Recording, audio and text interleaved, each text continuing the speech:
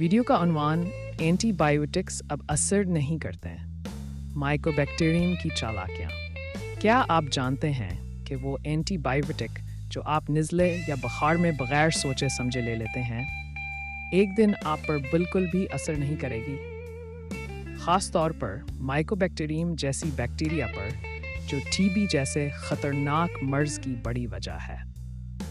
Mycobacterium species ने antibiotics से बचने के लिए हैरत अंगेज़ तरीके अपना लिए हैं। ड्रग टारगेट मॉडिफिकेशन यानी बैक्टीरिया अपनी अंदरूनी साख्त को बदल देता है ताकि दवा इसे पहचान ही ना सके। यह ऐसे है जैसे कोई चोर अपना हलिया बदल ले ताकि पहचाना नहीं जा सके। एंजाइमेटिक इनएक्टिवेशन, यह बैक्टीरिया ऐसी एंजाइम्स बनाता है जो दवा को अंदर ही अंदर नाकारा कर देती हैं।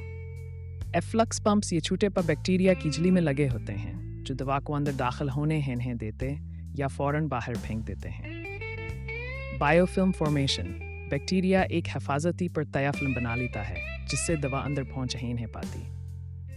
बदकिस्मती से पाकिस्तान जैसे ममालिक में एंटीबायोटिक का गलत और गैर ज़रूरी इस्तेमाल आम बात है। यही आदत हमें ऐसे वक्त में ले जा सकती है जहां दवा होगी लेकिन असर नहीं करेगी। अब वक्त है समझने का।